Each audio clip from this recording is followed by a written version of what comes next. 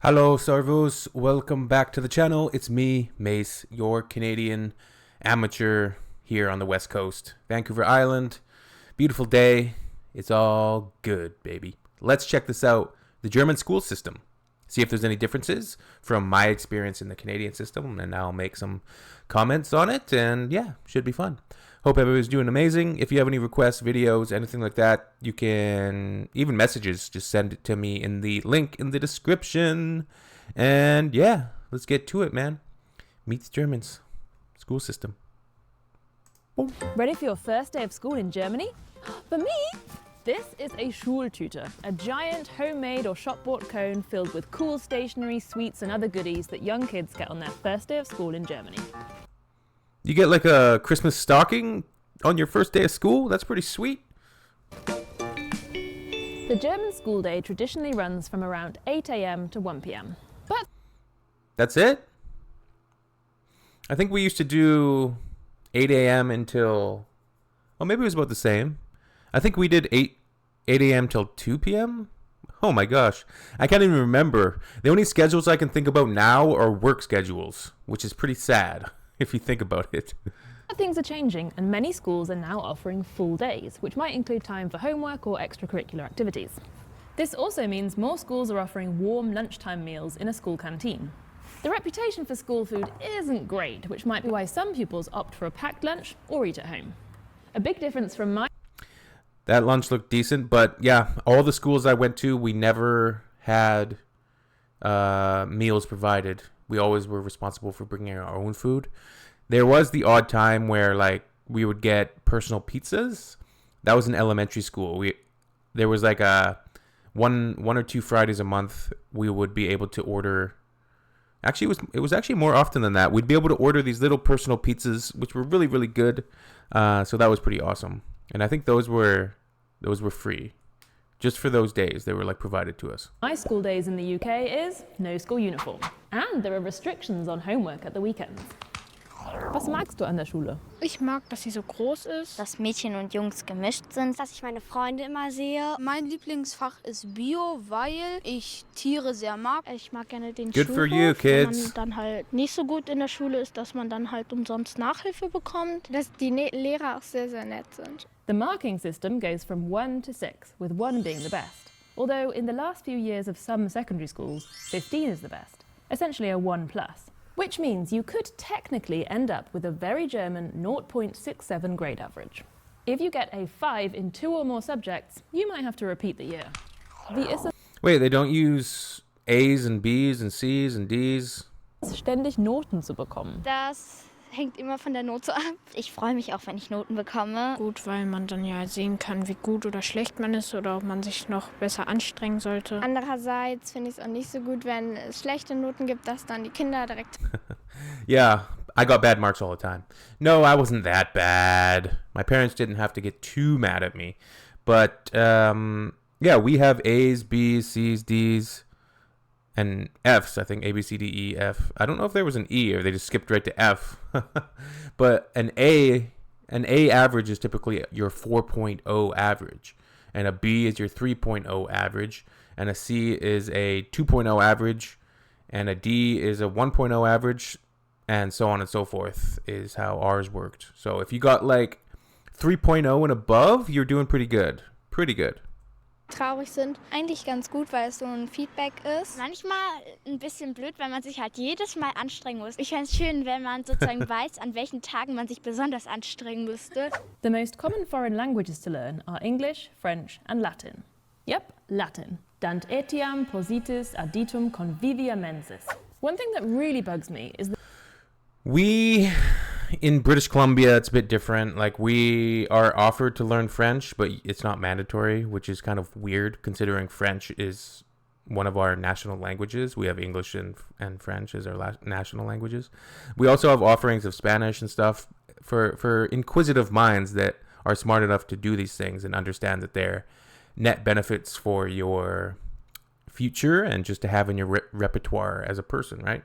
that in German schools, an hour is not necessarily an hour. Classes are split up into Stunden, literally hours. Sometimes you might have a Doppelstunde, literally double Doppelstunde. hour. But one classic school hour is only 45 minutes long. I like it. I like it. I like it. It's not too long. Interestingly, competitive sport between schools isn't a big thing. Most people play sports in organisations outside of school. Okay, the next bit will require all your brain power. The German school system is complicated. Education is the responsibility of the state governments, so there are many differences across the country. Municipalities and individual schools also take some decisions. This allows for more freedom, but it also means that a lot of work gets done many times over. So this is roughly what the system looks like. Primary or elementary school is called... I think ours is sort of the same. Well, I mean, the provincial governments are the ones that legislate schools. I don't know... Yeah, that's interesting. Let's see. Grundschule, and in most states that runs from grades 1 to 4. At the secondary level, the traditional model is a 3-tier system. At a Hauptschule, pupils aim to get their Hauptschulabschluss in grade 9 or 10, and then go on to a vocational college and/or an apprenticeship. The middle stream is Realschule, where pupils aim to get their Realschulabschluss in grade 10. They then might do an apprenticeship and vocational training, but for more technical trades. So how old are you in grade 10? Because we don't graduate high school until grade 12. And in grade 12, you're basically 18 years old when you're done. Or they might go on to the next type of school. That's a gymnasium, the more academic route, where pupils take their Abitur exams after the 12th or 13th grade and often go on to... Oh, that's interesting, that word. Because gymnasium, or how should you pronounce it, gymnasium, is like a gym. It's a gymnasium, like a court. What do you call it? Like a big basketball court room where you can do different sports. University. That's the most popular type of school. Gesamtschulen are comprehensive schools combining the traditional streams and qualifications. They were introduced in... Okay, she was right. This is complicated. Too complicated for the simple Canadian mind. In the 1960s as an alternative to the 3-tier model, but they weren't universally welcomed. Some states rejected the concept altogether. There has long been criticism of Förderschulen, where pupils with special needs are separated from mainstream schooling, and the majority of them don't end up graduating. But some states have taken huge steps towards inclusion in recent years. You might also hear other names like Oberschule, Mittelschule, Gemeinschaftsschule, or Stadtteilschule. These are a lot of different schules. Names for or combinations Schule, of the other types of schools, and they might mean different things in different states. And this is the simplistic version. Primary school teachers will provide a recommendation for which kind of secondary school each child should go to. In a few states, this recommendation is binding, but in most states, parents have the final say. There is also some flexibility to move between the streams at certain points, but still, some people argue the system is elitist and separates kids too early on. Fewer than 10% of pupils in Germany attend private schools, but the number is growing, with the highest percentage in eastern states. Private schools might be run by religious denominations or follow particular educational principles like at Waldorf or Jenaplan schools. Homeschooling is What are Waldorf and Jenaplan schools? illegal in Germany because children are seen to have a right to both a good education and socialization. The PISA report evaluates education systems around the world. The most recent report shows Germany performing above average in reading, maths and science, but seriously underperforming when it comes to equal opportunities for children from different social backgrounds. And another area where Germany performed embarrassingly badly? Digitalization. In the comparison of digital training for teachers, Germany came 70... I'm guessing ours is pretty bad too. I don't know what it is about like Canada, and maybe it's a problem with Germany too, but it does seem, and look, you can see Harry Potter on the shelf there. In Canada, it seems like we don't put enough funding towards education for children. Just in comparison to some of the other things that we're spending enormous amounts of money on, like sending billions of dollars overseas to different countries, or sending millions of military resources, or like spending money on all of these other different initiatives and things, and then teachers and kids have like difficulty having a decent budget to get like working computers, modern computers and things. And like they're the future, like they're the most important people for the future of a country. They should be the ones receiving adequate funding. 6th out of 78 countries. The country's digital woes were clearly exposed once COVID-19. Oh yeah, because you had to Not enough students had access to digital devices. Online learning platforms were inadequate or non-existent. Some schools didn't even have Wi-Fi.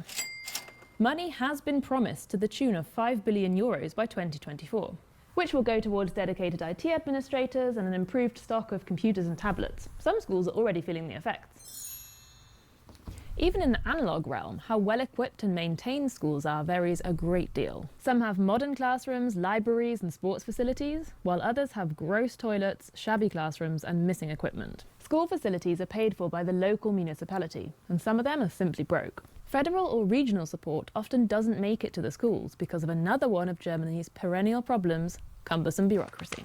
Was ist nicht so gut an der Schule? Die Mensas wegen dem Essen, das ist nicht gut. Und die Schulklos, weil die stinken sehr. Dass es so wenige Spielgeräte gibt. Ich hätte gerne im Sportunterricht ein paar neuere Geräte. Manchmal werden, finde ich, Mädchen bevorzugt. Dass es wenig Bäume auf dem Schulhof gibt. Wir haben sehr schlechtes WLAN hier. Wenn Kinder in Quarantäne sind zum Beispiel, dann stürzt es immer ab und dann können die nicht am Unterricht teilnehmen. Ich würde mal den Schulhof putzen und die Toiletten mal erneuern. We started the episode on our first day of school, so let's end on our last. Particularly at gymnasium schools, graduation celebrations and the Abitur exams have become a rite of passage. The Abi-Streich is when pupils take over the school on their last day, planning pranks like covering the school in toilet roll. There's an Abi-Ball, a bit like a prom, and an Abi-Motto, a motto or pun for the year. And to round it all off, there's the Abi-Fahrt, where school leavers go on a trip The Abbey what? together. The more cheap and touristy, the better.